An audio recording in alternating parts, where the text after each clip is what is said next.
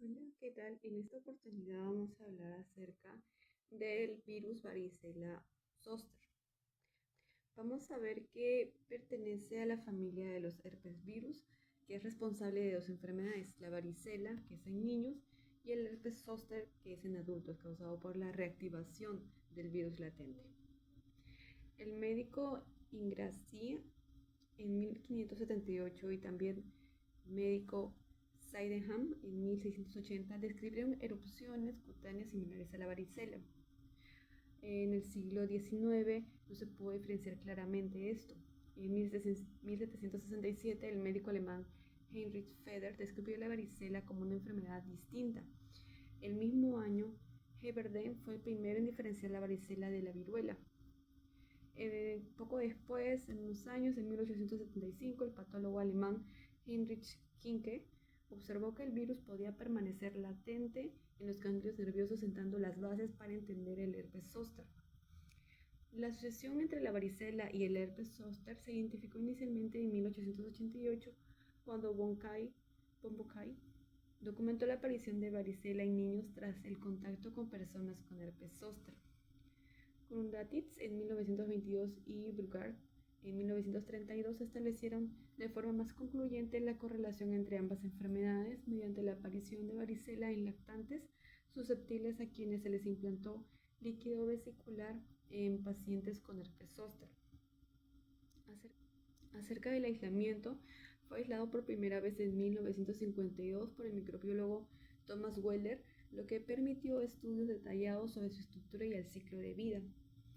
En los años siguientes se confirmó que el virus varicela zoster es altamente contagioso, transmitido por vía aérea o contacto directo con lesiones y que causa inmunidad de por vida tras la infección primaria. Algunas de las características biológicas principales son que se clasifica en la familia Herpesviridae, género Varicelovirus, subfamilia Alpha Herpesvirinae, especie Human Herpes Virus 3. Su morfología es de tipo virus ADN doble cadena, es bicatenario. Su tamaño es de 150 a 200 nanómetros de diámetro.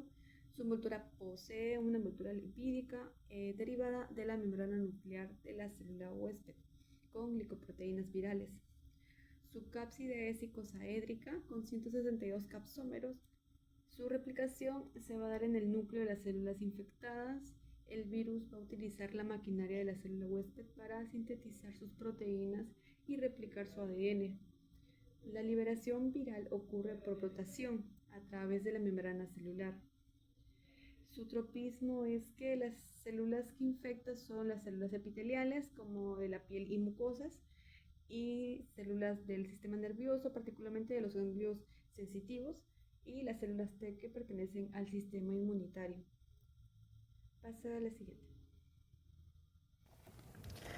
Bien, estimado profesor, compañeros, tengan ustedes muy buenos días. En esta oportunidad voy a exponer el tema que me ha tocado acerca del virus de la varicela zoster.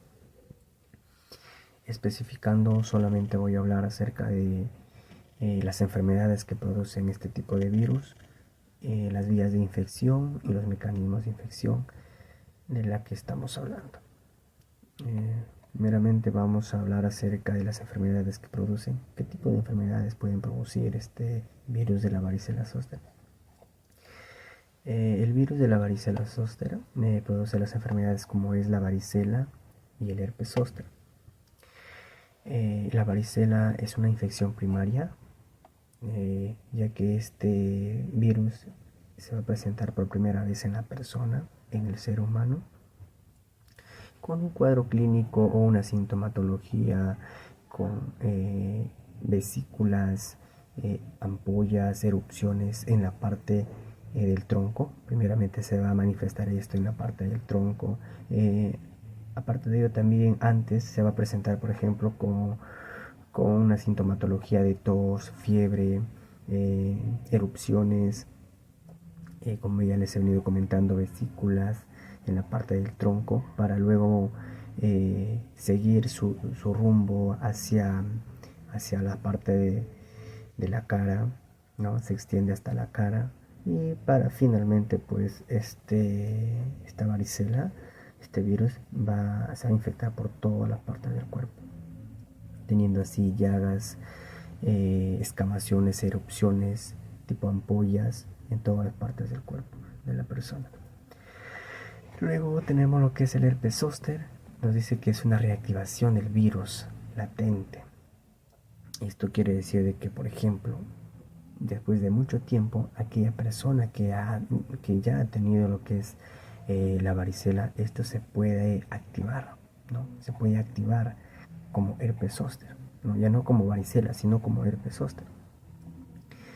Ya que esta enfermedad de la persona no ha ido, sigue ahí, pero no se manifiesta, ¿no? Entonces es por eso que nos dicen que está latente, o sea, está en reposo, está dormida, no causa daño absoluto mientras esta no se manifiesta o no se activa, pero sigue ahí. Después de mucho tiempo, dependiendo del tipo de personas, dependiendo a su sistema inmunológico, a su calidad de vida de las personas, pues la varicela se puede activar como herpes zóster. Bien, ahora vamos a hablar acerca de las vías de infección, los mecanismos de infección de este virus de la varicela zóster.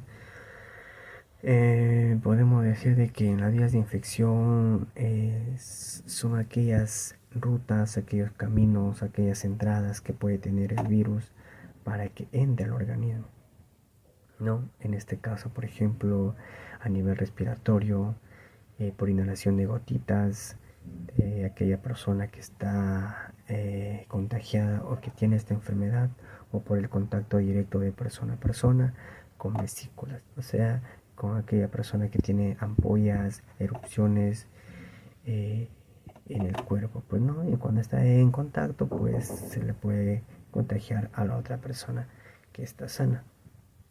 Los mecanismos de infección son los procesos por el cual el virus se replica y causa enfermedad.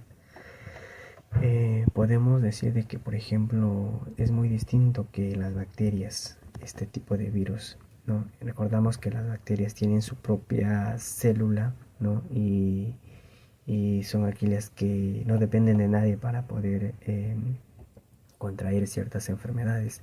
En este caso del virus es muy distinto. Este virus va a necesitar una célula viva o una célula hospedera viva para que este virus se pueda replicarse, ¿no? Si es que no existiera ningún tipo de célula viva, pues este virus no va a poder replicarse. Entonces aquella persona no va a contener ningún tipo de enfermedades mientras no exista una célula hospedera. Esto se da mediante la replicación en mucosas respiratorias. Viremia quiere decir, por ejemplo, cuando los virus ingresan al torrente sanguíneo y este puede causar eh, enfermedades mediante los sistemas u otros órganos, pues no. Y así este virus pues puede contraer muchas enfermedades. Depende del virus que puede estar atacando a la persona. Ya, buenas tardes. Vamos a continuar con la explicación acerca de la enfermedad del virus varicela zoster. Vamos a hablar sobre la descripción de la enfermedad. Bueno, se sabe que esta enfermedad se causa a través de un herpes virus, ¿no? Y esto va a producir las dos enfermedades, la cual es la varicela y el herpes zóster. Esta varicela se va a presentar generalmente en la infancia, con algunos síntomas como fiebre, quizás malestar general y algunas erupciones que van a verse en la piel. Después de esta infección primaria, el virus no llega a desaparecer, siempre va a estar alojada en nuestro cuerpo, sino que va a permanecer en un estado de latencia en los ganglios, en la parte de la raíz dorsal o en los nervios craneales. Años después, en adultos mayores o en personas con alteraciones en la inmunidad celular, el virus puede reactivarse.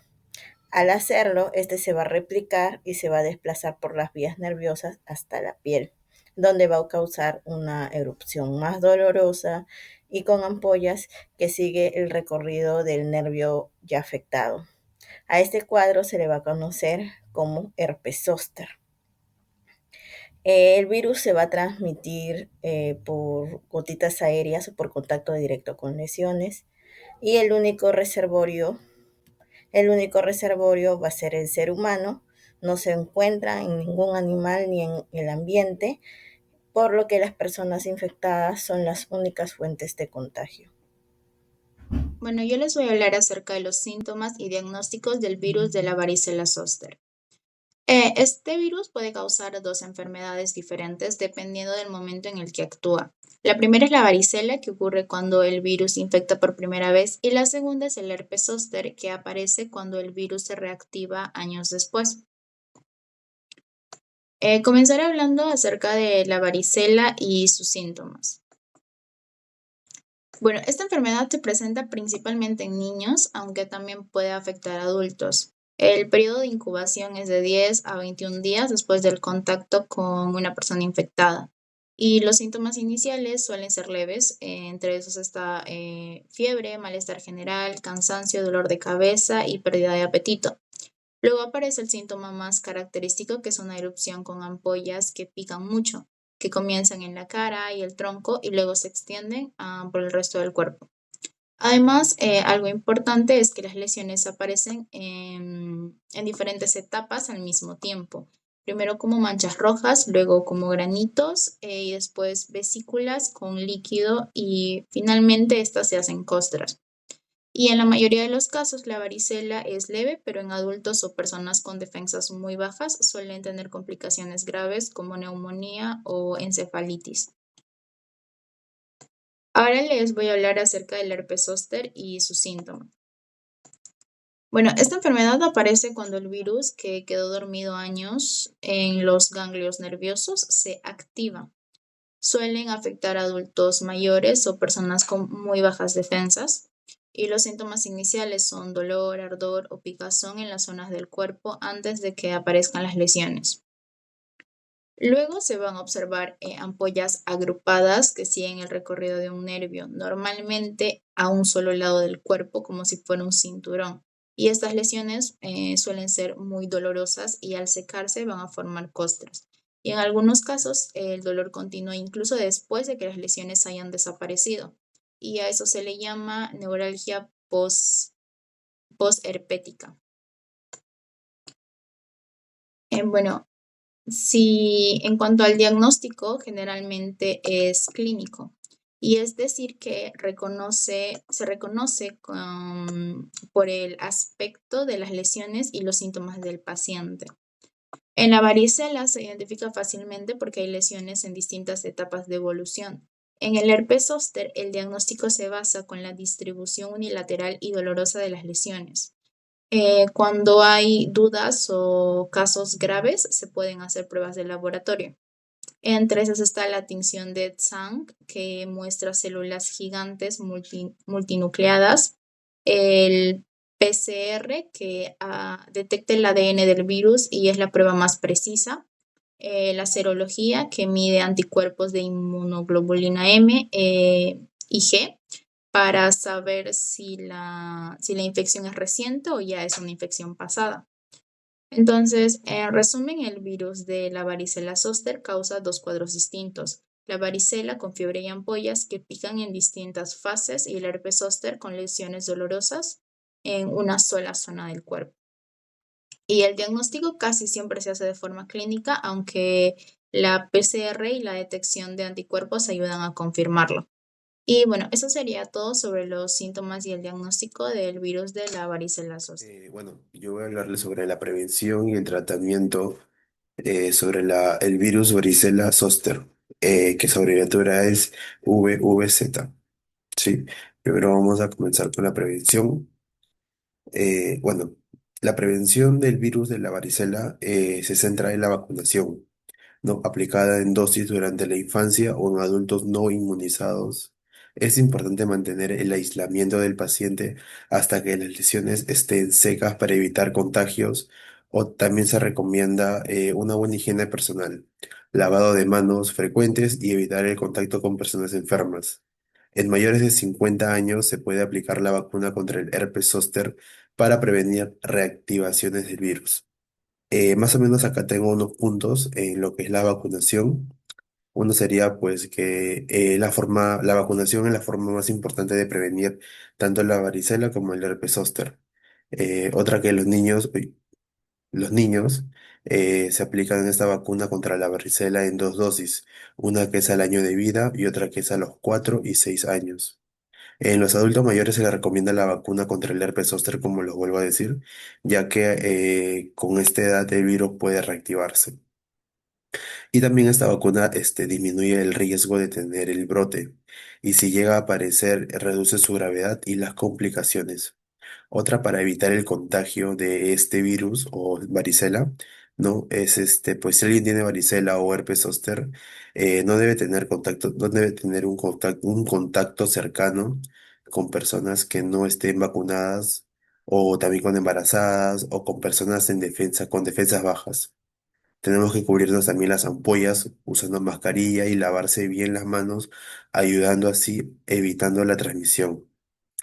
Otro también es mantenernos las defensas fuertes, como por ejemplo el dormir bien, el alimentarse saludablemente, y controlar enfermedades como la diabetes o el estrés. Esto ayuda a que el virus no se reactive. Ok, ahora pasamos con lo que es el tratamiento. El tratamiento del virus es principalmente sintomático. Se usan antivirales como el aciclovir para reducir la duración y gravedad, sobre todo en casos graves o en pacientes inmunodeprimidos. Se recomienda reposo, buena hidratación y medicamentos para aliviar la fiebre y el picor, evitando rascar las lesiones. En el herpes zóster, las antivirales también ayudan a prevenir complicaciones como la neuralgia pospérica. Bueno, en este caso hay uno que es en caso de la varicela, ¿no? Los tratamientos hay uno que es infección primaria. Es la mayoría, pues, que se recupera con reposo y cuidado en casa. También se le recomienda, pues, el paracetamol, que es para la fiebre, que no es aspirina, y baños con aguas tibias y jabón neutro para aliviar todo este picor que hay de las ronchitas que salen, ¿no? En casos graves o en personas con defensas bajas, el médico puede recetar el aciclovir, que es un antiviral que ayuda a controlar el virus. En caso de herpes zóster, que es la reactivación del virus, se tratan con antivirales, como el aciclovir, el baciclovir o el famciclovir, que esto se debe tomar lo antes posible dentro de las primeras 72 horas. Para el dolor se puede usar analgésicos o medicamentos especiales como la gabapentina o la pregabalina. Y si el dolor es fuerte o persistente, se recomienda mantener también las lesiones limpias, secas, cubiertas para evitar infecciones y no contagiar a otros. Y bueno, en resumen, este virus, que es la varicela zoster, puede prevenirse con vacunas y una buena higiene, y tratar eficazmente con antivirales y cuidados médicos tempranos. La prevención es clave, sobre todo en los niños y en los adultos mayores, para evitar que el virus cause cuadros graves o dolores propagados. También tengo pues unos hechos, ¿no? Que aquí en el Perú se han detectado campañas para prevenir el herpes zóster, que es una reactivación del virus de la varicela, como lo vuelvo a decir. Una de ellas, se llama que el herpes zóster no llega a la vida. Es es algo que lo promueve lo que es el Ministerio de Salud. En esta campaña se informó que más de la mitad de los adultos mayores han tenido esta enfermedad y que puede causar dolor intenso y complicaciones si no se atienden a tiempo. Por eso los médicos recomiendan la vacunación como la mejor forma de prevenir, ya que la vacuna reduce mucho el riesgo de padecer el herpes zóster o hace que los síntomas sean mucho más leves. Gracias.